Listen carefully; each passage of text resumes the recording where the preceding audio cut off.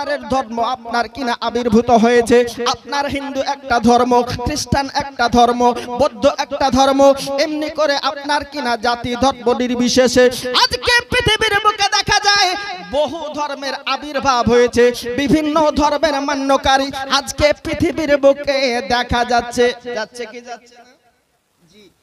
কিন্তু আমার বলার উদ্দেশ্য হলো আব্বাজি মুসলমান আমার, আজকে পৃথিবীর বুকে সমস্ত ধর্মগুরুদেরকে যদি জিজ্ঞাসা করা হয়, আজকে হিন্দু ধর্মের ধর্মগুরু না, আজকে বৌদ্ধ ধর্মাবলম্বী মানুষেরা আপনাদের উদ্দেশ্যে বলে যায়, আজকে তোমাদের ধর্মগ্রন্থকে যদি জিজ্ঞাসা করো, আজকে বলো ধর্মগ্রন্থ তোমার নাম কি? হিন্দুদের ধর্মগ্রন্থ নিজের কিতাবের মধ্যে নিজের কিতাবের নাম বলার আপনার কিনা ক্ষমতা রাখে না।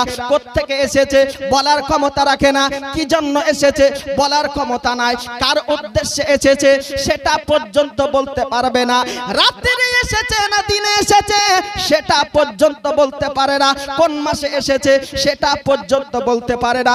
কিন্তু মিল্লাতে ইসলামী আমার রব্বে কাবার কসম করে আপনাদেরকে বলতে চাই, আল্লাহর কোরআন অটুট বিধান এমন এক বেমিসাল গ্রন্থ, আপনি কোরআন শরীফকে যদি জিজ্ঞাসা করেন আল্লাহর কোরআন বলো তোমার নাম কি, কোরআন শরীফ সাথে সাথে জবাব দিবে বাল হুয়া কুরআনুম মাজিদ ফি লাওহিম মাহফুজ। সুবহানাল্লাহ, কন্না সুবহানাল্লাহ, সুবহানাল্লাহ। কোরআন শরীফ সাথে সাথে উত্তর দিয়ে আপনাকে বলে দেবে আমার নাম হলো কোরআন, আমি থাকি আল্লাহর লাওহে মাহফুজে। আল্লাহর কোরআনকে আপনি যদি জিজ্ঞাসা করেন বলে কোরআন তুমি বলে দাও কার পক্ষ থেকে তুমি এসেছো, আল্লাহর কোরআন আপনাকে জবাব দেবে নুজিলা আলা রাব্বিল আলামিন তানজিলুম মির রাব্বিল আলামিন, আল্লাহর পক্ষ থেকে এই পৃথিবীর বুকে এসেছি। সুবহানাল্লাহ। ওই কোরআনকে যদি আপনি জিজ্ঞাসা করেন কার প্রতি এসেছো, আল্লাহর কোরআন আপনাকে জবাব দিয়ে দেবে নুজিলা আলা মুহাম্মাদিন, আল্লাহর নবী মহানবী সাল্লাল্লাহু তাআলা আলাইহি সাল্লামের প্রতি অবতীর্ণ হয়েছে। আপনি কোরআনকে যদি জিজ্ঞাসা করেন কি জন্য পৃথিবীর বুকে এসেছো, কোরআন শরীফ আপনাকে জবাব দেবে হুদাল নাস, মানব জাতির হেদায়েতের জন্য এসেছি। সুবহানাল্লাহ। ওই কোরআনকে যদি জিজ্ঞাসা করা হয় ওগো আল্লাহর কোরআন তুমি বলে দাও তুমি কোন মাসে এসেছো, কোরআন শরীফ আপনাকে জবাব দিয়ে দেবে শাহরু রমাদান আল্লাযী উনজিলা ফীহিল কুরআন। জোরে কন্না সুবহানাল্লাহ, সুবহানাল্লাহ। কোরআন শরীফ আপনাকে জবাব দেবে আমি রমজান মাসে এসেছি। ওই কোরআনকে যদি জিজ্ঞাসা করা হয় তুমি রাত্রি এসেছো না দিনে এসেছো, কোরআন শরীফ আপনাকে জবাব দেবে ইন্না আনজালনাহু ফি লাইলাতুল কদর, আমি কোরআন শরীফ দিনে নাই কদরের রাত্রিতে এসেছি। সুবহানাল্লাহ। ওই শাশ্বত বাণী মহাগ্রন্থ কোরআন শরীফকে আপনি যদি জিজ্ঞাসা করেন বলে সঠিক পথ কোনটা, কোরআন শরীফ আপনাকে বলবে সিরাতাল লাযিনা আনআমতা আলাইহিম ইহদিনাস সিরাতাল মুস্তাকিম সিরাতাল লাযিনা আনআমতা আলাইহিম। আল্লাহর কোরআন শরীফ আপনাকে সোজা সঠিক পথের দিশারি দেবে। এখন এই সোজা সঠিক প্রাপ্ত পথের বার্তা দিয়েছে কারা? আল্লাহ পাক কোরআন শরীফের মধ্যে অতঃপর সূরা ফাতিহার মধ্যে জানিয়ে দিয়েছেন সিরাতাল লাযিনা আনআমতা আলাইহিম, তাদের পথে পরিচালিত করো যাদের পথে তোমার ইনআম রয়েছে, অনুগ্রহ রয়েছে, উপহার রয়েছে, পুরস্কার রয়েছে, নেয়ামত রয়েছে। এবার নেয়ামত প্রাপ্ত আজকে পুরস্কার খোদাই প্রদত্ত পুরস্কার প্রাপ্ত কারা? তো পৃথিবীর বুকে আল্লাহর ওলিদেরকে নবী আমার চিনিয়ে দিয়েছেন। জোরে কোন সুবহানাল্লাহ। এই ওলিদের সঙ্গে যদি দুশমনি করেন তো আল্লাহ পাকের নবী মহানবী সাল্লাল্লাহু তাআলা আলাইহি সাল্লাম হযরতে আবু হুরায়রা রাদিয়াল্লাহু তাআলা আনহু হতে বর্ণিত হাদিস, হাদিসে কুদসির মধ্যে বর্ণিত হয়েছে ক্বালা মান আদালি ওয়ালিয়ান ফাকাদ আযানতুহু বিল হার। জোরে কোন সুবহানাল্লাহ, সুবহানাল্লাহ। এই আল্লাহর ওলিদের সঙ্গে যদি বুগজ রাখেন, দুশমনি রাখেন, তো আল্লাহ পাক সেই দুশমনি বুগজ সৃষ্টি করা ব্যক্তির সঙ্গে যুদ্ধের চ্যালেঞ্জ ঘোষণা করে। পৃথিবীর বুকে কোনো এমআই খেলাল নাই যে আল্লাহ পাক রব্বুল আলামিনের সঙ্গে যুদ্ধ করতে পারে। জি, আমার বলার উদ্দেশ্য হলো নবুয়তের দরওয়াজা বদ্ধ হয়ে গেছে। নবী মুস্তাফার পূর্ণ হাদিসকে কিয়ামতের সকাল পর্যন্ত চালু রাখার জন্য নবী মুস্তাফার প্রেমময় বার্তার চর্চা করার জন্য আল্লাহর ওলিদেরকে নবী আমার বেছে নিয়েছেন। কিয়ামতের সকাল পর্যন্ত আল্লাহর ওলিদের বেলায়েতের দরওয়াজা খোলা থাকবে। তবে শর্ত হলো নবীর ভালোবাসার অনুধাবন অনুসরণ আপনাকে করতে হবে। আজকে মনীষীদের জবান থেকে পাওয়া গেছে, হুজুর ওরাহারি রহমাতুল্লাহ আলাইহি বলেছেন যে এমন জীবন তুমি করো গো গঠন, মরণে হাসিবে কাঁদিবে ভুবন। জোরে কোন সুবহানাল্লাহ। আপনার জীবনকে, আপনার ক্যারেক্টারকে, আপনার চলা, আপনার বলা এমন হওয়া দরকার যাতে এই পরলোক গমন করলে এই পার্থিব জগৎ থেকে, অস্থায়ী স্থান থেকে চিরস্থায়ী স্থানে প্রত্যাবর্তন করার পরে পরে জগৎ যেন আপনার জন্য আফসোস করে, আপনার জন্য অনুতপ্ত হয়, আপনার জন্য আল্লাহ পাকের বারগাহে ইলাহিতে দোয়া করে। এহেন ক্যারেক্টার আপনাকে তৈরি করতে হবে, নাকি বলছেন? জি। এখন এই ক্যারেক্টার তৈরি করতে গেলে আপনাকে মা খাদিজাতুল কুবরার আপনার কিনা জিন্দেগি অনুসরণ করতে হবে। মা ফাতেমাতুজ জোহরা রাদিয়াল্লাহু তাআলা আনহার জীবনী আপনাকে বাস্তবায়িত করতে হবে। হযরত রাবিয়া বাসরি রাহমাতুল্লাহ আলাইহার জীবনকে আপনার জন্য মডেল বানাতে হবে।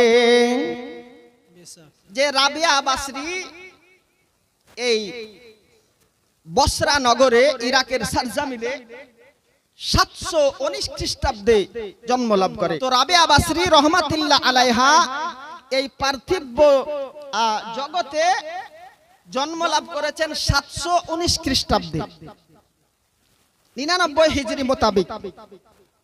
আর ইন্তিকাল হলো 801 খ্রিস্টাব্দে। পিতার নাম ইসমাইল, মায়ের নাম বিবি মাইফুল। কি নাম বললাম ভাই? পিতার নাম ইসমাইল আর মাতার নাম হলো বিবি মাইফুল। এত খোদাই ভীরুতা তাকওয়া অর্জন করেছেন পৃথিবীর বুকে, যা ইসলামিক ইতিহাসে ওনার ব্যক্তিত্ব বিরল হয়ে আছে। চলুন এগিয়ে নিয়ে যাই মিল্লাতে ইসলামে আমার হযরতে মাইফুল রাদিয়াল্লাহু তাআলা আনহার আপনার গর্ভের মধ্যে 3টা সন্তান আল্লাহ পাক রব্বুল আলামিন দান করেছে। এহানো হালাতে আরেকটি সন্তান মায়ের গর্ভে এসেছে হযরতে বিবি মাইফুল। স্বামী ইসমাইলকে বলল, বলে স্বামী আজকে বসরা নগরের সরজমিনে চলে যাও, আবার জন্য হইতে পারে আজকে রাত্রি বেলা সন্তান প্রসবিত হয়ে যেতে পারে, এই জন্য যাও বসরা নগরের আপনার কিনা দুয়ারে গলিতে গলিতে আমার জন্য একটু আজকে কেরোসিন তেল ধার করে নিয়ে আসেন। কেরোসিন তেল ধার করার জন্য বসরা নগরীতে যখন অবস্থান করেছেন, পরিশোধ করতে পারবে না বলে বিবি মাইফুলের স্বামী আপনার ইসমাইলকে কেউ কেরোসিন ধার দিল না। দেখবেন সমাজের মধ্যে সেই ব্যক্তি দ্বারস্থ হয় যে অভাব অনটনের মধ্যে দিন কাটায়। আমাদের সমাজের মধ্যে কিছু মানুষদেরকে দেখা যায় অর্থাশীল মানুষ, আপনার সম্পদের কোনো কমি নাই। এবার কোন আপনার কিনা দিন খাওয়া ব্যক্তি যদি দ্বারস্থ হয়, ওই ব্যক্তির কাছে যদি আপনার কিনা আপনার টাকা সম্পদ ধার চাইতে যায়, তার আপনার ব্যাকগ্রাউন্ডকে লক্ষ্য করে পরিশোধ করার ক্ষমতা আছে কিনা দর্শন করে। যদি পরিশোধ করার ক্ষমতা থাকে তাকে সেই মালদার ব্যক্তি টাকা ধার দেয়, গরিব মিসকিনদেরকে দিতে চায় না। দেয় নাকি? জি না, দিতে চায় না বলে তো শোধই করতে পারবি না। জি, মিল্লাতে ইসলামে আমার এই জন্য আপনার ইসমাইলকে বসরা নগরের সরজমিনের মধ্যে কেউ তিনাকে কেরোসিন তেল ধার দিলেন না। এহানো হালাতে আপনার ব্যাকুল মনে অর্ধাঙ্গিনীর সম্মুখে হাজির হলেন। আপনার বিবি মাইফুলের সম্মুখে ইসমাইল এসে হাজির, ব্যাকুল মন, মনটা মলিন দেখার পরে বিবি মাইফুল কোন তর্ক বিতর্ক না করে, স্বামী স্ত্রীর মহাব্বত কাকে বলে দেখুন। আজকে সংসারকে জাহান্নামের জেলখানা বানায়েন না, জান্নাতের বাগিচা তৈরি করুন। রাবিয়া বাসরীর জীবনীকে লক্ষ্য করুন। হযরতে রাবিয়া বাসরী রাহমাতুল্লাহ আলাইহা আপনার স্বামী ইসমাইলকে আপনার কোনো কটু কথা বললেন না, তর্ক বিতর্কের মধ্যে গঞ্জনা দিলেন না, আপনার বৃষ্টি ভাষায় সালাম প্রদর্শন করলেন। জোরে কন্না সুবহানাল্লাহ, সুবহানাল্লাহ। স্বামীকে হযরতে মানসুর ইসমাইলকে সালাম প্রদর্শন করেছেন। আমাদের এলাকার হলে কি বলতো, বলে কাজের খবর পাও না, কোথায় কাজ, কোন ঠিকাদারের কাজে যাও, বলে অমুকের স্বামী এত টাকা ইনকাম করে আর তোমার কেন হয় না। আর বলবেই না কেন, যদি 500 টাকা ইনকাম করে 400 টাকার লটারি কাটে। জি, আমার কথায় রাগ করিয়েন না, বাস্তব কথা আপনাদেরকে বলে যায়। বিল্লাতে ইসলামে আমার লটারি কাটা আপনার জন্য হলো হারাম, আইপিএল এ টাকা লাগা আপনার জন্য হলো হারাম। এই লটারির পিছনে, আইপিএল সংক্রান্ত জুয়ার আড্ডার পিছনে বহু সংসার নিস্ত নাবুদ হয়ে গেছে ভাই। মা বোনদের অলংকার পর্যন্ত আপনার কিনা বিলীন হয়ে গেছে। পিতা মাতার ব্যাধিকে ট্রিটমেন্ট করার জন্য মেডিসিন কেনার অর্থ সম্পদ পর্যন্ত আপনার বিনষ্ট করে দিয়েছে। কোন একটা ভাই আপনার কোন একটা লটারি জুয়াখোর যদি 1 লক্ষ টাকা পায়, 1 কোটি টাকা পায়, ফেসবুকে সঙ্গে সঙ্গে ভাইরাল হয়ে যায়। হচ্ছে কি হচ্ছে না, বলে অমক দাসরম, আরে মুখে দাড়ি নিয়ে আপনার দেখলাম, এগুলো দেখতে তো চাই না, চলে আসে সামনে, তো 1 কোটি টাকা পেয়েছে। আচ্ছা, ও মিডিয়া ভাইদেরকে আমি রিকোয়েস্ট করি যে ও ভদ্রলোক যে 1 কোটি টাকা পেল, সেটাকে তুমি ফেসবুকে দিয়ে আজকে আনন্দ মুখমার সংসারগুলোকে নিস্ত নাবুদ করছো, সেগুলাও তো ফেসবুকে দেওয়া দরকার আছে নাকি? তবেই না জাতির কল্যাণ হবে। এখন কে একবার লটারি কেটে টাকা পেয়েছে আর সেটাকে দেখার পরে আপনাদের আমাদের যুবক ভাইদেরকে থামা যাচ্ছে না। জি, মিল্লাতে ইসলামে আমার বলার উদ্দেশ্য হলো হযরতে রাবিয়া বাসরী রাহমাতুল্লাহ আলাইহা আপনার পৃথিবীর বুকে জন্মগ্রহণ করেননি।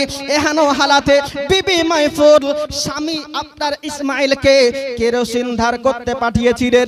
বসরা নগরের সরজমিনে আপনার কমবেশ 15 থেকে 16 খানা বাড়িতে যখন অবস্থান করলেন, কেউ যখন তিনাকে কেরোসিন ধার দিলেন না, হযরতে রাবিয়া বাসরী রাহমাতুল্লাহ আলাইহার আব্বাজান বিবি মাইফুলের সম্মুখে ব্যাকুল মনে অবস্থান করলেন। আল্লাহ পাক রব্বুল আলামিন জানিয়ে দিয়েছে, আল্লাযীনা আমানু ওয়া কানু ইয়াত্তাকুন লাহুমুল বুশরা ফি হায়াতিদ দুনিয়া ওয়াল আখিরা। জোরে কন্না সুবহানাল্লাহ, সুবহানাল্লাহ। যারা আল্লাহ রাসূলের প্রতি ঈমান আনয়ন করলো, ওয়া কানু ইয়াত্তাকুন এবং তাকওয়া পরহেজগারিতা অর্জন করেছে, লাহুমুল বুশরা তাদের জন্য সুসংবাদ। এই পার্থিব জগতে যেমন, পর জগতে তেমন। তবে শর্ত হলো আল্লাহ রাসূলের আপনাকে হতে হবে। হযরতে ইসমাইল কেরোসিন যখন ধার পেলেন না, বিবি মাইফুলের সম্মুখে হাজির হলেন। স্বামী স্ত্রীর মহাব্বতের আলাপ আলোচনা হলো। রাত্রি বেলা এশার নামাজ পড়লেন। তাহাজ্জুদের নামাজ পড়ার পরে আল্লাহর কাছে ফরিয়াদ করে ঘুমিয়ে গেলেন। স্বপ্ন যোগে আমার সাহানতায়ে জীবিকার মাদানিকে তাজদার আহমদে মুখতার নাবিও কা সরদার পয়গম্বরে আজম স্বপ্ন যোগে ইসমাইলের কাছে হাজির হলেন। সুবহানাল্লাহ, সুবহানাল্লাহ। বেশক নবী আমার ইন্তিকালের পরও যেমন সাহায্য আপনার কিনা প্রদর্শন করে, আপনার সাহায্য সহযোগিতা করে থাকে, এই পার্থিব জগতে জাহেরি হালাতে যেমন সাহায্য করেছে, ইন্তিকালের পরও একই রকম সাহায্য করেন নবী আমার। হায়াতুন নবী পয়গম্বর, জিন্দা নবী পয়গম্বর। জোরে কন্না সুবহানাল্লাহ। ও গো মোদের জিন্দা নবী, ও গো মোদের মায়ার নবী, তুমি মোদের সাহারা। মোহাব্বতে বলেন সুবহানাল্লাহ। ও গো মোদের জিন্দা নবী, ও গো মোদের মায়ার নবী, তুমি মাদের সাহারা, তোমায় ছাড়া রইতে পারি না, তোমায় ছাড়া প্রাণ বাঁচি না। তোমার নোরে নোরে তেজ জগৎ হলো উজালা, তোমায় ছাড়া রইতে পারি না, তোমায় ছাড়া প্রাণ বাঁচি না। ইয়া রাসূলুল্লাহ, আমার সঙ্গে বলেন, নবীকে ডাকুন, ইয়া রাসূলুল্লাহ, ইয়া হাবিব, ইয়া রাসূলুল্লাহ, ইয়া হাবিবাল্লাহ। ও গো মোদের জিন্দা নবী, ও গো মোদের মায়ার নবী, তুমি মোদের সাহারা, তোমায় ছাড়া রইতে পারে না, তোমায় ছাড়া প্রাণ বাঁচি না। জোরে কন্যা সুবহানাল্লাহ, সুবহানাল্লাহ। ওই রাত্রিকালে যখন নবী আমার ইসমাইলের সম্মুখে হাজির হয়েছে, আপনার স্বপ্ন যোগে নবী আমার হাজির, হযরতে ইসমাইলকে জানিয়ে দিলেন, বলে শোনো ইসমাইল, আজকে বসরা নগরের আফালা বাদশার সন্নিকটে চলে যাও। যেই বাদশা আমি নবী মুস্তাফার প্রতি একবার নয় দুবার নয় আপনার 400 মারতাবা দুরূদ শরীফ পাঠ করতো। জোরে কন্যা সুবহানাল্লাহ। কতবার দুরূদ পড়তেন? 400 বার দুরূদ পড়তেন। বর্তমান সময়ে নামধারী কিছু মানুষদেরকে দেখা যায় নবী মুস্তাফার দুরূদকে ব্যঙ্গ করে। রে ভাই, নবী মুস্তাফার দুরূদকে তাচ্ছিল্য করে। অথচ আজকে ইতিহাসের পাতাকে আলগা করে দেখুন, আল্লাহর ওলিদের জীবনীকে আপনি জাস্টিফাই করে দেখুন। একবার নয় দুইবার নয় 400 মারতাবা করে প্রত্যেক দিন রাত্রি বেলা নবী মুস্তাফার প্রতি দুরূদ পড়েছেন। আর আমরা একবার যদি পড়ে তো শিরক বেদাতের ফতোয়া দেয়। মিল্লাতে ইসলামে আমার বলার উদ্দেশ্য হলো এই দুরূদ শরীফের কথাটা শুধু আমার মুখের কথাই নাকি মানবেন না, হাদিসের কথা বলবো। উঠিয়ে দেখুন হাদিস শরীফ, ইন্নাদ দুআ মাওকাফুন বাইনাস সামাওয়াতি ওয়াল আরদ হাত্তা তুসাল্লি আলা নাবিয়িকা। জোরে কন্না সুবহানাল্লাহ। আপনি যত ধরনের যত প্রকারের ইবাদত বান্দেগী করুন না কেন, আপনার দোয়া আসমান ও জমিনের মধ্যে মওকুফ, ঝুলন্ত অবস্থায় থেকে যাবে। মনে করুন না উপরে যাবে না নিচে যাবে, ঝুলন্ত অবস্থায় থাকবে। হাত্তা তুসাল্লি আলা নাবিয়িকা, যতক্ষণ পর্যন্ত আপনি নবী মুস্তাফার প্রতি দুরূদ ও সালাম না পড়বেন। এজন্য নবী মুস্তাফার প্রতি খুব খুব দুরূদ শরীফ পাঠ করতে হবে। মিল্লাতে ইসলামে হযরতে আপনার ইসমাঈল নবী মুস্তাফার সম্মুখে এই খবর যখন শ্রবণ করলেন, চলে গেলেন বসরা নগরের সাতজামিনে সেই বাদশার সন্নিকটে। যাওয়ার পূর্বে নবী আমার হযরতে ইসমাঈলকে এটা পর্যন্ত জানিয়ে দিয়েছিল। যখন ইসমাঈল বলল, ইয়া রাসূলুল্লাহ, ইয়া হাবিবাল্লাহ, নবী গো, ওই বসরা নগরের বাদশার সন্নিকটে আমি যদি অবস্থান করি, এই প্র্যাকটিক্যাল কথাটা তিনাকে প্রমাণ সাপেক্ষে বোঝাবো কি করে? কথা তো তাই, আমার মুখের কথা কি বিশ্বাস করবে? বলে আজকে ইসমাঈল শুনে রেখে দাও, ওই বাদশা নবী মুস্তাফার প্রতি আমি রাসূল পাকের প্রতি দুরূদ শরীফ পাঠ করে, এটা তার অর্ধাঙ্গিনী জানে না, তার সন্তান সন্তানাদি জানে না, আত্মীয় পরিজন কেউ জানে না।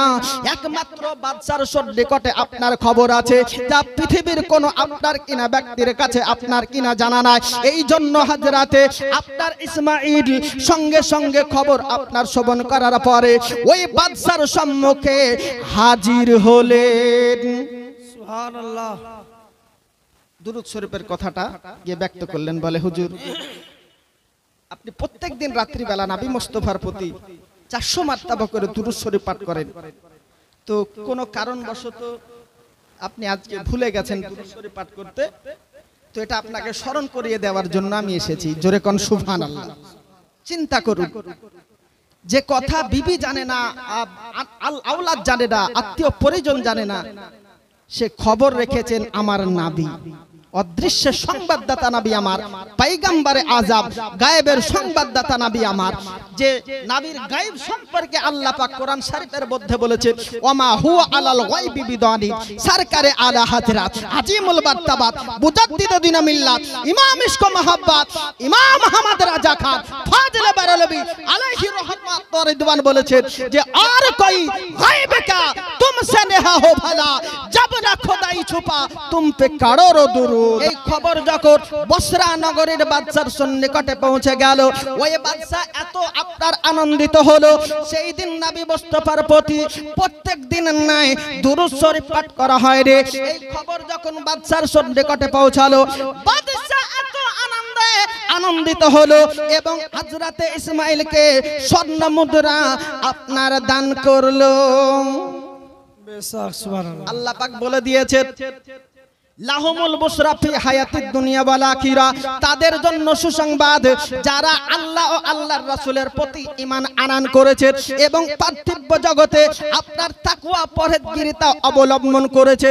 আজকে তাদেরকে না কোনো মেম্বারের কাছে দ্বারস্থ হতে হয়, না কোনো প্রধানের কাছে দ্বারস্থ হতে হয়, না পার্থিব জগতের মধ্যে কোনো অর্থশীল ব্যক্তির সন্নিকটে দ্বারস্থ হয়। যখনই তাদের প্রয়োজন হয়েছে আল্লাহ রাসূলের কাছে চেয়েছে, আল্লাহ রাসূল তাদের হাতকে ভরিয়ে দিয়েছেন। এজন্য আল্লাহর ওলিদের কাছে চাওয়া যায়। মিল্লাতে ইসলামে আমার যাই হোক, হযরতে ইসমাঈল ওই বাদশার সন্নিকট হতে স্বর্ণ মুদ্রা প্রাপ্ত লাভ হওয়ার পরে আপনার বিবির সম্মুখে হাজির হলেন। এবার আনন্দর আপনার ইনা উল্লাসে হযরতে বিবি মাইফুর হযরতে স্বামী ইসমাঈলকে বলে আর কোনো অসুবিধা নাই। এহানো হালাতে ওই দিন রাত্রি বেলা 719 খ্রিস্টাব্দের কথাটা আপনাদেরকে মধ্যে ব্যক্ত করতে যাচ্ছি, যেই দিন আপনার বিবি মাইফুলের গর্ভ হতে আর একটা কন্যা সন্তান ভূমিষ্ঠ হলেন। ওইদিকে ইসমাঈলকে এটাও নবী আমার জানিয়ে দিয়েছিলেন, বলে ইসমাঈল শুনে রেখে দাও, তোমার যে চতুর্থ সন্তানটা হবে এটা পর্যন্ত কন্যা সন্তান হবে, নাম রাখবে রাবিয়া। ইয়া রাসূলুল্লাহ ইয়া হাবিবাল্লাহ, নবী গো চতুর্থ কন্যা সন্তান হবে, নাম রাখতে বললেন রাবিয়া। তবে রাবিয়া নামের গুণাবলী কি, রাবিয়া নামের মাহাত্ম্যটা কি, রাবিয়ার আজকে গুণাবলী সম্পর্কে যদি একটু জানিয়ে দিতে, নবী আমার ইসমাঈলকে সেটা পর্যন্ত জানিয়ে দিয়েছিলেন। আজকে ইসমাঈল শুনে রেখে দাও, আজকে কালের কড়াগটিতে যখন আপনার যোগ্য আপনার কিনা বয়সে উপনীত হবে, রাবিয়া বাসরি এমন একজন তপস্বী ধর্মভীরু নারী যার ওসিলায় ৭০,০০০ গুনাহগার ব্যক্তি জান্নাতি লাভ হবে। জোরে কন্যা সুবহানাল্লাহ। রাবিয়া বাসরির নামের ওসিলায় গুনাহগার ব্যক্তি জান্নাতের আপনার সিদ্ধি লাভ করবে। আপনাদেরকে ঘটনা ব্যক্ত করব মিল্লাতে ইসলামে আমার। এবার ওই দিন রাত্রি বেলা রাবিয়া বাসরি রহমাতুল্লাহ আলাইহা হযরতে বিবি মাইফুলের গর্ভ থেকে আপনার ভূমিষ্ঠ হলেন। এবার সন্তান যখন ভূমিষ্ঠ হয়েছে, কথা সাক্ষাৎ বিবির সঙ্গে হয়নি। রাবিয়া বাসরির পক্ষ থেকে ইসমাঈলকে আপনার ঘটনা জানিয়ে দেওয়া হয়নি, কন্যা সন্তান না ছেলে সন্তান। এহানো হালাতে ইসমাঈল কি করলো দেখো, হযরতে বিবি মাইফুলের ঘরের সম্মুখে হাজির হয়েছে আর বলছে, বলে আমার অর্ধাঙ্গিনী শুনে রেখে দাও, আমার চতুর্থ কন্যাটা কেমন হয়েছে বলো। জোরে কন্যা সুবহানাল্লাহ সুবহানাল্লাহ। বিবি মাইফুল তো অবাক, বলে ঘটনাটা কি? আমি আমার কন্যার কথা স্বামীর কানে পৌঁছাইনি, স্বামী আমার কিভাবে খবর পেল? মিল্লাতে ইসলামে আমার এই জন্য আল্লাহর ওলিদেরকে আল্লাহ পাক রব্বুল আলামিন গায়েবের খবর দিয়েছে। জোরে কন্যা সুবহানাল্লাহ। মিল্লাতে ইসলামে আমার হযরতে আপনার মাইফুলের গর্ভ থেকে যেই দিন রাবিয়া বাসরি রহমাতুল্লাহ আলাইহা 7 বছর বয়সে অবস্থান করেছে, এহানো হালাতে হযরতে রাবিয়া বাসরি রহমাতুল্লাহ আলাইহা আপনার 7 বছর হয়েছে। আচ্ছা বলুন, আপনাদের আমাদের ছেলে কন্যা সন্তানদের জন্য নামাজের ফরজ কত বছর লাগে? কত বছর লাগে? 7 বছর। 7 বছরে তো ফরজ হয় না, তাকিদ করতে হয়। মিল্লাতে ইসলামে আমার বলার উদ্দেশ্য হলো হযরতে রাবিয়া বাসরি রাহমাতুল্লাহ আলাইহা আপনার কোন একদিন রাত্রি বেলা মায়ের সঙ্গে বিছানার মধ্যে আপনার কিনা ঘুমিয়ে রয়েছে। রাত্রি বেলা দেখবেন বাচ্চা ছেলেরা বিছানার মধ্যে যদি মাকে আপনার সন্নিকটে না পায়, মাকে যদি কাছে না পায়, কান্না করে কি করে না? কান্না করে না? কিছুদিন আগে একটা খবর শুনলেন না যে একেবারে কচি বাচ্চা ছেলেকে রেখে 10 দিনের মতো বেহায়া খাতুন ও মানা ডাইনি পুলিশে আল্লাহকে মালুম আপনার চলে গেছিল বেহায়াপনা করতে, আর ঘরের মধ্যে বাচ্চা ছেলেটা মারা গেছে। বিল্লাতে ইসলামে আমার বলার উদ্দেশ্য হলো হযরতে আপনার ইনামাইফুল হযরতে রাবিয়া বাসরি রাহমাতুল্লাহ আলাইহাকে বিছানার মধ্যে যখন রেখে দিয়েছে আর আল্লাহর জন্য, আল্লাহর রেজায়ে মন্দির জন্য, তাহাজ্জুদের নামাজের জন্য কায়েম করেছে হযরতে রাবিয়া বাসরি রাহমাতুল্লাহ আলাইহা মা জননীকে বিছানার মধ্যে না পেয়ে কান্না করতে আরম্ভ করেছেন। সুবহানাল্লাহ। মা করে কান্না করতে আরম্ভ করেছেন যখন, এমন একটা জায়গায় দেখা গেল রাবিয়া বাসরি রাহমাতুল্লাহ আলাইহার মা বিবি মাইফুর আল্লাহর কাছে ফরিয়াদ করছে কান্দনরত অবস্থায়, চক্ষু যুগল দিয়ে টস টস করে পানি গড়িয়ে পড়তেছে। এহানো হালাতে আপনার কিনা রাবিয়া বাসরি রাহমাতুল্লাহ আলাইহা মা জননীর সন্নিকটে হাজির। বলে, মা কাঁদছো কেন? আব্বা জান কি তোমায় বকা দিয়েছে? আমার অন্য বোনেরা নাকি তোমায় বকা দিয়েছে? কি জন্য কন্দনরত অবস্থায় রাতের আধারে কান্না করতেছো? বলে, রাবিয়া শুনে রেখে দাও, তোমার আব্বা জান কিছু বলেনি, তোমার বোনেরা কিছু বলেনি, আমার পরিবারের কেউ কিছু বলেনি। নিজের কর্মজীবনের জন্য অনুতপ্ত হওয়ার পরে, অনুশোচিত হওয়ার পরে আল্লাহর কাছে কাঁদতে আছি। জোরে কন্যা সুবহানাল্লাহ। সুবহানাল্লাহ। আপনারা আপনাদের কর্মের জন্য, একজন মুমিনের মধ্যে আল্লাহর নবী মহানবী সাল্লাল্লাহু তাআলা আলাইহি সাল্লাম আজকে কয়েকটা গুণাবলী দিয়ে রেখেছে। একজন ইমানদার ব্যক্তির ঈমান যদি কমজোরি হয় তার সংকেত নবী আমার জানিয়ে দিয়েছে। কোন বান্দা বান্দি আমার উম্মাত উম্মাতের মধ্যে যদি কোন ব্যক্তি গুনাহ খাতা করে দেয়, সেই গুনার জন্য অনুতপ্ত অনুশোচিত যদি না হয়, বুঝতে হবে তার ঈমান কমজোরি হয়ে গেছে। মানুষ একের পর এক গুনাহ যদি করে আর নিজের পাপাচারের কথা, নিজের গুনাহ খাতার কথায় যদি কর্ণপাত না করে, নিজের অনুতপ্ত অনুশোচিত যদি না হয়, একের পর এক গুনাহ যদি করে, তো বুঝতে হবে ওর ঈমানের কমজোরি আছে। দ্বিতীয়ত, কোরআন শরীফের তালিম থেকে দূরে সরে যাবে। কোরআন শরীফ পড়তে পারে অথচ কোরআন শরীফকে পড়াটা প্রয়োজন বোধ মনে করবে না, এটা হচ্ছে ঈমানের কমজোরি। দ্বিতীয়ত, সাহায্য সহযোগিতা থেকে অনীহা হয়ে যাবে। গরিব মিসকিন দেখে সাহায্য সহযোগিতা করা প্রয়োজন বোধ মনেই করে না, এটা হচ্ছে ঈমানের কমজোরি। মিল্লাতে ইসলামে আমার হযরতে রাবিয়া বাসরি রাহমাতুল্লাহ আলাইহা মা জননী হযরতে বিবি মাইফুর রাত্রি বেলা আল্লাহর কাছে ফরিয়াদ করতে আর কাতররত অবস্থায় চক্ষু যুগল দিয়ে পানি টস টস করে পড়তে আছে। রাবিয়া বাসরির সঙ্গে যখন কথোপকথন হলো, আলাপ আলোচনা হলো, হযরতে রাবিয়া বাসরি রাহমাতুল্লাহ আলাইহাকে বিবি মাইফুর জানিয়ে দিল, বলে, কন্যা আমার রাবিয়া শুনে রেখে দাও, আমি আমার গুনাহ খাতার জন্য, আমার ব্যক্তিগত কর্ম জীবনের জন্য আল্লাহর কাছে ফরিয়াদ করতে আছি। শুধু তাই নয়, এই রাত্রি কালে তাহাজ্জুদের নামাজ পড়তে আছি। জোরে কন্যা সুবহানাল্লাহ। সুবহানাল্লাহ। এখন কথায় বলে, আটা গুনে রুটি মা গুনে বেটি। এবার আপনার মা যদি ভালো হয়, সন্তানটা ভালো হবে, এটাই হচ্ছে স্বাভাবিক। আজকে পৃথিবীর বুকে রাবিয়া বাসরি রাহমাতুল্লাহ আলাইহার আপনার কিনা নামাজ ফরজ হয়নি। 7 বছর অবস্থান কাল থেকে মা জননীকে তাহাজ্জুদ নামাজ পড়ার আপনার কিনা দর্শন করার পর থেকে নিয়ে হযরত রাবিয়া বাসরি রাহমাতুল্লাহ আলাইহা 5 ওয়াক্তের নামাজ পড়তেন এবং তাহাজ্জুদের নামাজ পর্যন্ত কাজা করেনি। সুবহানাল্লাহ। আমাদের মা বোনদের কি অবস্থা বলে? নামাজ থেকে বহু দূরে। আল্লাহ পাক আপনাদের আমাদেরকে সকলকে 5 ওয়াক্তের নামাজি যেন হওয়ার তৌফিক এনায়েত করেন, সকলে বলেন আল্লাহুম্মা আমিন। মিল্লাতে ইসলামে আমার হযরতে রাবিয়া বাসরি রাহমাতুল্লাহ আলাইহা আপনার দিন অতিবাহিত হয়, বছর গড়িয়ে যায়। হযরতে রাবিয়া বাসরি রাহমাতুল্লাহ আলাইহার আব্বাজান আপনার হযরতে ইসমাঈল ইন্তেকাল করে গেলেন। 4টা কন্যা সন্তানকে মানুষ করা আপনার কত একটা অভাব অন্তরের মধ্যে মুশকিল। এহেন হালাতে হযরতে মাইফুর আপনার সন্তানাদির প্রতি কোনো অনীহা আপনার কিনা করেনি, ঈমানের কোনো খামি দেখা যায়নি।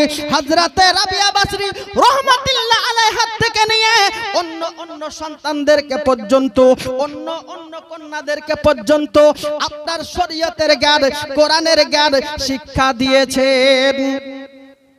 হযরতে মাইফুল নিজের কন্যা সন্তানদেরকে শিক্ষা দিয়েছেন।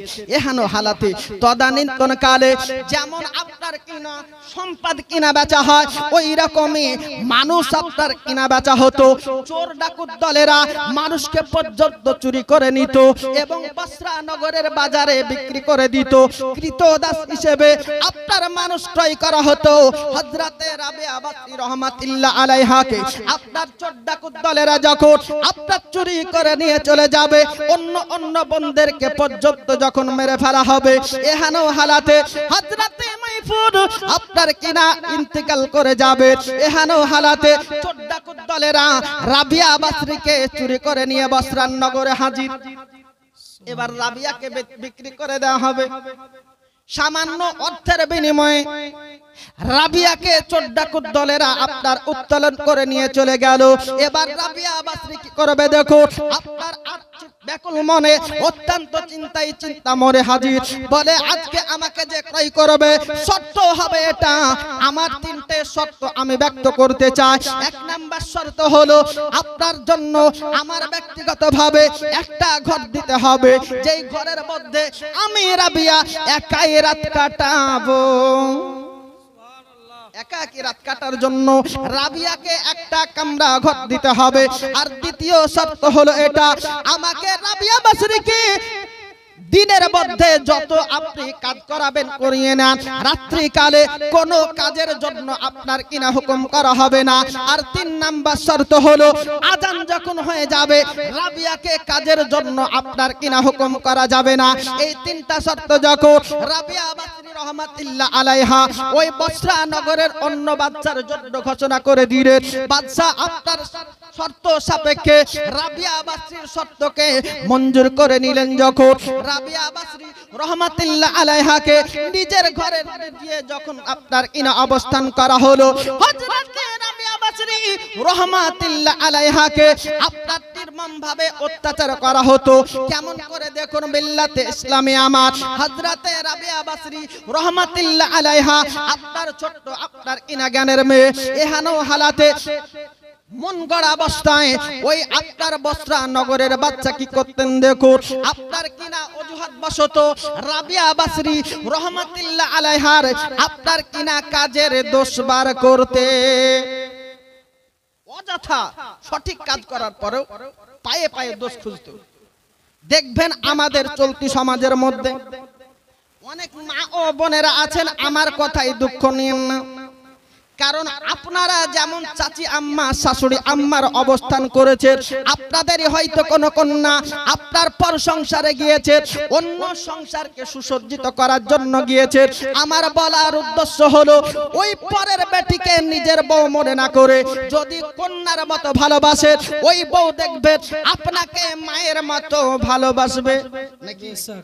একই রকম ভাবে যদি ওই আপনার শাশুড়ি আম্মা নিজের বউকে যদি আপনার কন্যা কন্যার মতো ভালোবাসে, বউ দেখবেন শাশুড়িকে শাশুড়ি মনে না করে মায়ের মতো ভালোবাসবে। ও মা জননী, আমি তোমার উদ্দেশ্যে বলে যাই, নিজের শাশুড়ি আম্মাকে শাশুড়ি মনে না করে মায়ের মতো মনে করো। এটাই হচ্ছে মা ফাতেমা জাহরা রাদিয়াল্লাহু তাআলা আনহা এবং মা খাদিজাতুল কুবরার আপনার কিনা দেওয়া থিওরি। জোরে কন্যা সুবহানাল্লাহ। সুবহানাল্লাহ। হযরতে উম্মাহাতুল মুমিনিন মা আয়েশাতুল হুমায়রা রাদিয়াল্লাহু তাআলা আনহা বলে দিয়েছেন, যদি কোন শ্বশুর নিজের বউকে বউ মনে না করে যদি আপনার কিনা নিজের কন্যা মনে করে, সেই শ্বশুর শাশুড়ির জন্য আল্লাহ পাক রব্বুল আলামিন জান্নাতের মধ্যে সিংহাসন তৈরি করে রেখেছে। জোরে কন্যা সুবহানাল্লাহ। একই রকম ভাবে যদি আপনি নিজের বউ হওয়ার পরে শ্বশুর শাশুড়িকে আপনার শ্বশুর শাশুড়ি মনে না করে যদি পিতা মাতা মনে করেন, আপনার জন্য একটা সিংহাসন জান্নাতের মধ্যে হাজির। সুবহানাল্লাহ। তবে শর্ত হলো তপস্বী নারীদের জীবনকে ফলো করতে হবে ভাই। মিল্লাতে ইসলামী আমার বলার উদ্দেশ্য হলো হযরতে রাবিয়া বাসরি রাহমাতুল্লাহ আলাইহাকে বারংবার টর্চার করা হতো। এখনো হালাতে আপনার কিতাবের মধ্যে পাওয়া যায় হযরতে রাবিয়া বাসরি রাহমাতুল্লাহ আলাইহাকে একটা তদানীন্তনকালে একজন হাকিম আসার পরে হাজির। রাবিয়া বাসরির মালিকের সন্নিকটে অবস্থানকালে বলতে আরম্ভ করেছে, আজকে মানব দেহের অস্থি সমূহের যে আপনার কিনা গবেষণা করার জন্য মানব দেহের অস্থি সমূহ দেখতে কেমন হয় আর পশুদের অস্থি হাড় দেখতে কেমন হয়, এটাকে জাস্টিফাই করার জন্য হযরতে রাবিয়া বাসরি রাহমাতুল্লাহ আলাইহাকে ওই আপনার কিনা বাদশা ওই আপনার রাবিয়ার মালিক সম্বোধন করে ডাকলেন। অবস্থানকালে ওই হাকিম রাবিয়া বাসরি রাহমাতুল্লাহ আলাইহা হাঁটুকে ছেদন করে দিয়েছে। জোরে কন্যা সুবহানাল্লাহ। সুবহানাল্লাহ। সময়ের হাঁটুকে কেচে দিয়েছেন। পশুর অস্থি সময়ের হাড় কেমন হয় আর মানব জাতির হাড়টি দেখতে কেমন হয় এটাকে বোঝার জন্য আজকে রাবিয়া বাসরি রাহমাতুল্লাহ আলাইহা অস্থি সমূহকে যখন ক্ষত বিক্ষত করে দেওয়া হলো, আপনার কিতাবের মধ্যে পাওয়া যায় কোনদিন রাবিয়া বাসরি রাহমাতুল্লাহ আলাইহাকে আপনার চাবুকের আঘাত পর্যন্ত করা হয়। হযরতে রাবিয়া বাসরি রাহমাতুল্লাহ আলাইহাকে আপনার পার্শ্ব প্রতিক্রিয়া চালায়, আপনার নানান রকম ভাবে আপনার কিনা অত্যাচার করা হয়। কষ্টদায়ক মধ্যে রাবিয়া বাসরির দিন আপনার কিনা অতিবাহিত হতো। এহানো হালাতে হযরতে রাবিয়া বাসরি রাহমাতুল্লাহ আলাইহা আল্লাহর কাছে ফরিয়াদ, আল্লাহ পাক রব্বুল আলামিন আপনার কাছে নতশির, আমি রাবিয়ার অবস্থাটা বড্ড খারাপ, আমি অন্য দিনের নাই, আল্লাহ পাক রব্বুল আলামিন কায়েম করে তোমাকে রাজি করার আজকে আমার সামর্থ্য নাই, উঠবস করে নামাজ পড়ার আমার কিনা ক্ষমতা নাই। হযরতে রাবিয়া বাসরি রাহমাতুল্লাহ আলাইহা আল্লাহর কাছে ফরিয়াদ করতে আরম্ভ করেছে। আল্লাহ পাক রব্বুল আলামিন রাবিয়ার প্রতি খুশি হয়ে সরাজি ইজহার করেছে। জোরে কন্যা সুবহানাল্লাহ। ওই রাবিয়ার মালিক কোন একদিন রাত্রি বেলা রাবিয়ার ঘরের সম্মুখে হাজির হওয়ার পরে দেখা গেল যে রাবিয়ার ঘরের মধ্যে যারা পরিমাণ আলো আপনার টিপ টিপ করে জ্বলতো, পূর্ণভাবে সম্পূর্ণভাবে আধার নিমজ্জিত হতো না। এহানো হালাতে ওই দিন রাত্রিবেলা মালিক দর্শন করলো রাবিয়া বাসরির গোটা ঘর যেন আলোকিত হয়েছে। গোটা ঘর আলোকে আপনার ভরে গেছে। দেখবেন আপনাদের আমাদের ঘরের মধ্যে পাকা আপনার দাবানলের মধ্যে দেখা যায় যে ঝাড়বাতি আমরা চলতি ভাষায় বলে থাকি, ওই সিলিংয়ের মধ্যে আটকানোর পরে ঘরকে আলোকিত করা হয়। আজকে রাবিয়া বাসরি রাহমাতুল্লাহ আলাইহার ঘরে যে ঝাড়বাতি জ্বলতেছে উইদাউট আপনার কানেকশন, কোনো সাহারা নাই, কোনো আপনার বাঁধানো দড়ি আপনার রড নাই, আল্লাহর খোদাই প্রদত্ত আল্লাহর পক্ষ থেকে আপনার ঝাড়বাতি জ্বলতেছে। আজকে মালিক দর্শন করলো, এটা কোনো সাধারণ নারী হতে পারে না, এ হচ্ছে তপস্বী নারী। সুবহানাল্লাহ। এবার মালিক কি করলো দেখুন, পরের দিন সকালবেলা রাবিয়াকে সম্বোধন করা হলো। বলে রাবিয়া তুমি আমাকে ক্ষমা করে দাও, তোমাকে বুঝতে পারিনি, চিনতে পারিনি, নানান রকম ভাবে অত্যাচার করেছি তোমার প্রতি, আজ থেকে তোমাকে আজাদ করে দিলাম। জোরে কন্যা সুবহানাল্লাহ। সুবহানাল্লাহ। ঘরের ঝাড়বাতি খোদাই পক্ষ থেকে, আল্লাহর পক্ষ থেকে রাবিয়া বাসরি রহমাতুল্লাহ আলাইহির ঘরকে আলোকিত করে দিয়েছে। আর কোনো বাধা নেই, এই যে বল আটকানো দেখছেন, কোনো বাধা ছাড়াই শূন্য ভাবে রাবিয়ার ঘরকে আলোকময় করে দিয়েছে। সকালবেলা রাবিয়া বাসরি রহমাতুল্লাহ আলাইহাকে ওই মালিক সম্বোধন করে জানিয়ে দিল, বলে রাবিয়া শুনে রেখে দাও, আজ থেকে তোমার মন যদি চায় আমার ঘরে দিন কাটাও, আজকে কন্যার বাতো তোমায় আমি সম্মান করতে রাজি আছি, পিতার বাতো তোমার নেঘা সাহারাবান হতে আপনার কিনা রাজি আছি। এই হানো হালাতে রাবিয়া বাসরি রহমাতুল্লাহ আলাইহা আপনার স্বাধীনতা আপনার প্রাপ্ত যখন হলো, এবার বেলাতের শিক্ষা নেওয়ার জন্য, আপনার মারিফাতের শিক্ষা নেওয়ার জন্য অবস্থান করলেন হাসান বাসরির সন্নিকটে। হযরতে হাসান বাসরি রহমাতুল্লাহ আলাইহা এত উচ্চাঙ্গের একজন আল্লাহর ওলি ছিলেন, যিনার সম্পর্কে বলা হয়েছে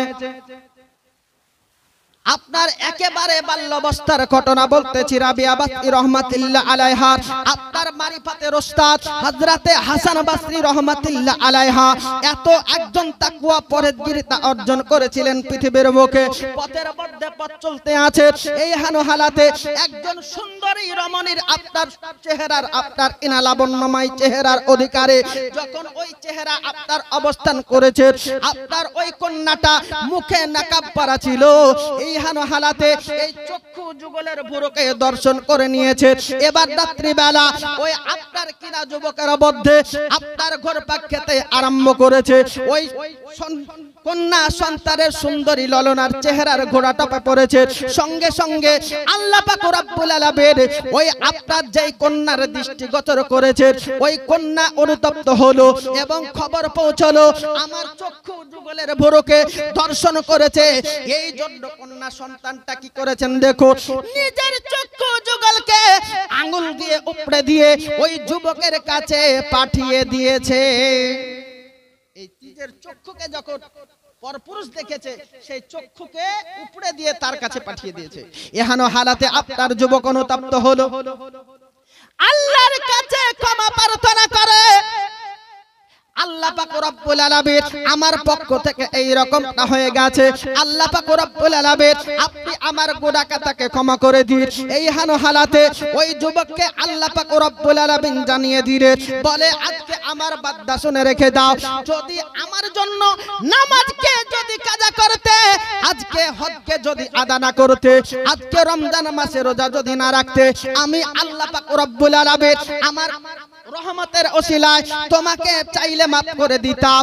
কিন্তু আজকে যার আজকে আপনার কিনা ক্ষতি করেছো, যার জন্য নিজের আপনার কিনা কর্মজীবনে অনুতপ্ত হচ্ছ, তার কাছে যতক্ষণ পর্যন্ত ক্ষমা না চাইবে আমি আল্লাহ পাক তোমায় ক্ষমা করব না। যার কাছে গুনাহ করেছো, সঙ্গে সঙ্গে আপনার যুবক কি করলো দেখো, ওই আপনার কন্যার সন্নিকটে গিয়ে হাজির। খবর পাওয়া গেল ওই কন্যা সন্তানটা নিজের চক্ষু যুগলকে উপড়ে ফেলে দিয়েছে এবং চক্ষুর ব্যথাতে ব্যথিত হয়ে পরলোক গমন করে মারা গেছে। এই হানো হালাতে ওই যুবকের আপনার দুঃখের সীমা রইল না। আল্লাহ পাক আল্লাহ তাআলার কাছে অনুগ্রহ চাইলো, আল্লাহর কাছে ক্ষমা প্রার্থনা করলো, আল্লাহকে রেজাইবাদি করলো। এত আজকে পৃথিবীর বুকে কন্দনরত অবস্থায় আল্লাহর কাছে ফরিয়াদ করলো, আল্লাহ পাক রব্বুল আলামিন তাকে ক্ষমা করে দিলেন। জোরে না সুবহানাল্লাহ। সুবহানাল্লাহ। ওই পৃথিবীর বুকে উনি ছিলেন আল্লাহর ওলি, আপনার কি নাম হযরতে হাসান বাসরি রহমাতুল্লাহ আলাইহি। আজকে হাসান বাসরি রহমাতুল্লাহ আলাইহি এমন উচ্চাঙ্গের আল্লাহর ওলি ছিলেন, হযরতে মাওলা আলী শেরে খুদা মুশকিলে কুশা হায়দার কাররারের কাছ থেকে খেলাফত পেয়েছেন। জোরে কন্না সুবহানাল্লাহ। সুবহানাল্লাহ।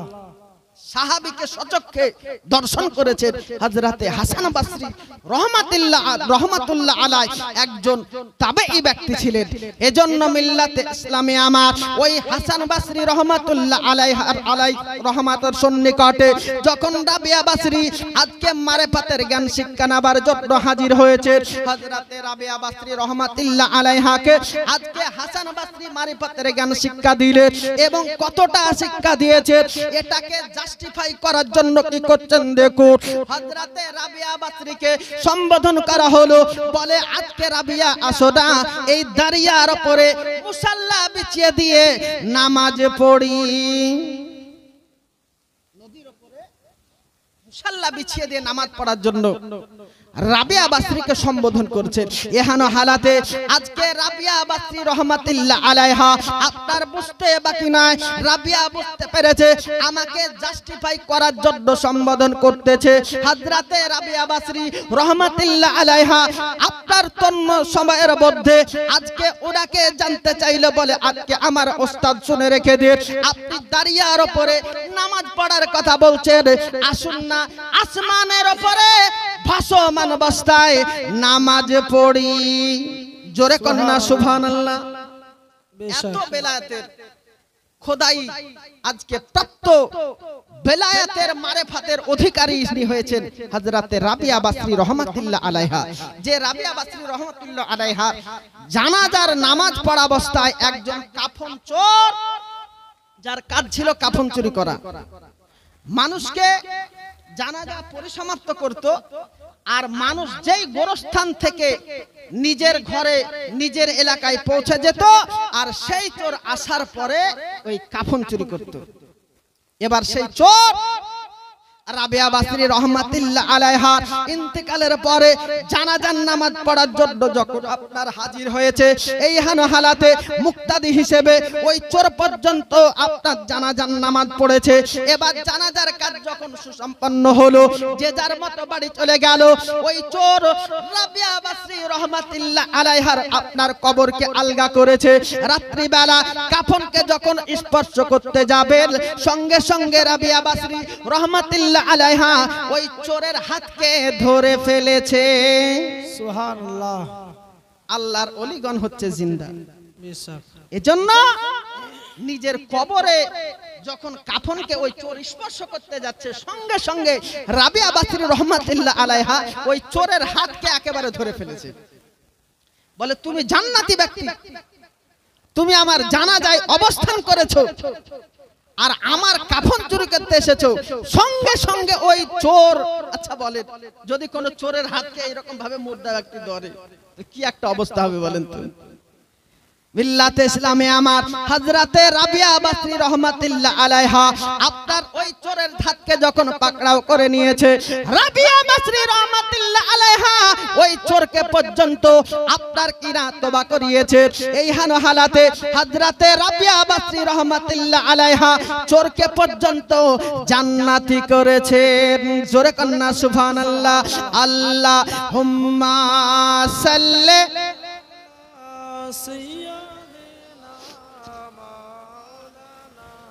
মুহাম্মদ ওয়ালা আলে সাইয়্যিদিনা সাল্লি আলা মুহাম্মাদিন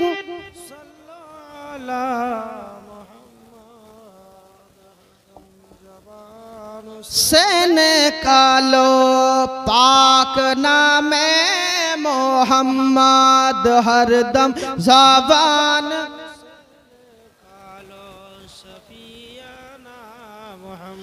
আমরা পীর মানে রে, আমরা হোলি মানে রে, আমরা দরুদ পড়ি রে, আমরা কাম করি রে, সুন্নি জামাতের মাঝে ডুবে আছি রে, আমরা পীর মানে রে, আমরা নবী মানে রে, আমরা কাম করি রে, আমরা মিলাদ পড়ি রে।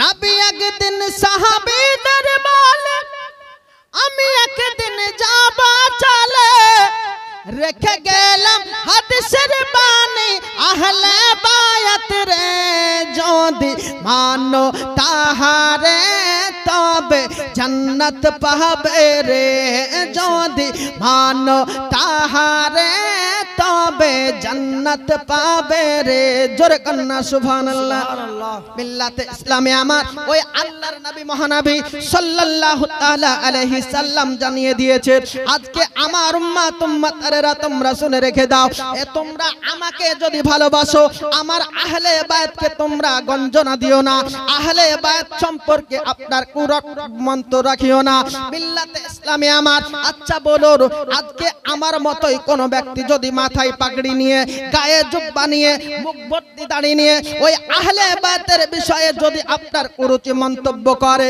বাজে কথা বলে সেই ব্যক্তি নবীর পক্ষের ব্যক্তি হতে পারে না নবীর বিপক্ষের বলেন নবীর দুশমন না দোস্ত আজকে আমাদেরকে টর্চার করা হচ্ছে যে গার জোরে চাপার জোরে গলা ফাটিয়ে যা ইচ্ছা তা বলছে নবীর আহলে বায়াতের মধ্যে হযরতে আলী রাদিয়াল্লাহু তাআলা আনহু হচ্ছেন অন্যতম একজন সদস্য হিসেবে যে আলীর মাকাম আমার শেরে খোদা মুশকিলে কুশা হায়দারে কাররার রাদিয়াল্লাহু তাআলা আনহুর বিষয়ে हजरत जाबिर रदियल्लाहु ताला अन्हु से रिवायत है कि हमारे प्यारे रसूल सल्लल्लाहु ताला अलैहि सल्लम ने फरमाया कि बेशक अल्लाह ताला ने हर नबी की जरियत यानी नस्ल इसकी सुलूब यानी औलाद से जारी फरमाई और मेरी जरियत यानी नस्ल हजरत आली बिन अबी तालिब रदियल्लाहु ताला अन्हु की सिलाब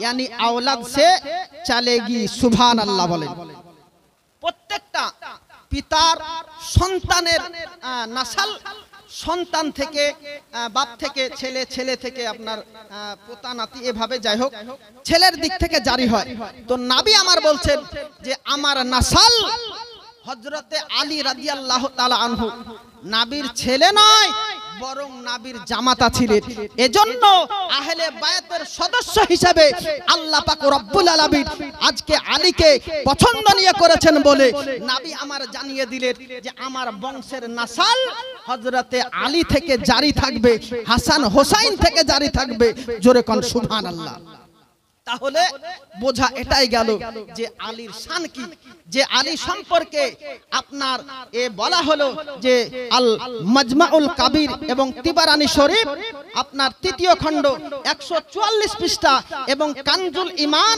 400 পৃষ্ঠার মধ্যে এই ঘটনাটা ব্যক্ত করা হয়েছে কানজুল ঈমান হচ্ছে কোরআন শরীফের তাফসীর এবার এই কোরআন শরীফের তাফসীরের বিপক্ষে যদি কোনো বক্তা সে বাংলাদেশের হোক আর সৌদি আরবের হোক আর এম রহমান অত্যাচারী হোক আর যে কোয়ালিটির ব্যক্তি হোক না কেন যদি কোরআন শরীফের বিপক্ষে কথা বলে নবীর বিপক্ষে কথা বলে বুঝতে হবে নবীর দুশমনি ওর অন্তরের মধ্যে আছে নবীর ভালোবাসা তার অন্তরের মধ্যে নাই আজকে আপনাদেরকে বলে দিই যে আলী রাদিয়াল্লাহু তাআলা আনহুকে আজকে সোশ্যাল মিডিয়ায় আজকে জাতির উদ্দেশ্যে মেসেজ করা হচ্ছে যে আলী নাকি মাগরিবের নামাজে মদ পান করে সূরা কাফিরুন ভুলে গেছে বলেন আস্তাগফিরুল্লাহ আলীর জ্ঞান নবী আমার বলেছেন আনা মাদিনাতুল ইলমি ওয়া আলীগুন বাবুহা I am city of the knowledge and Ali its door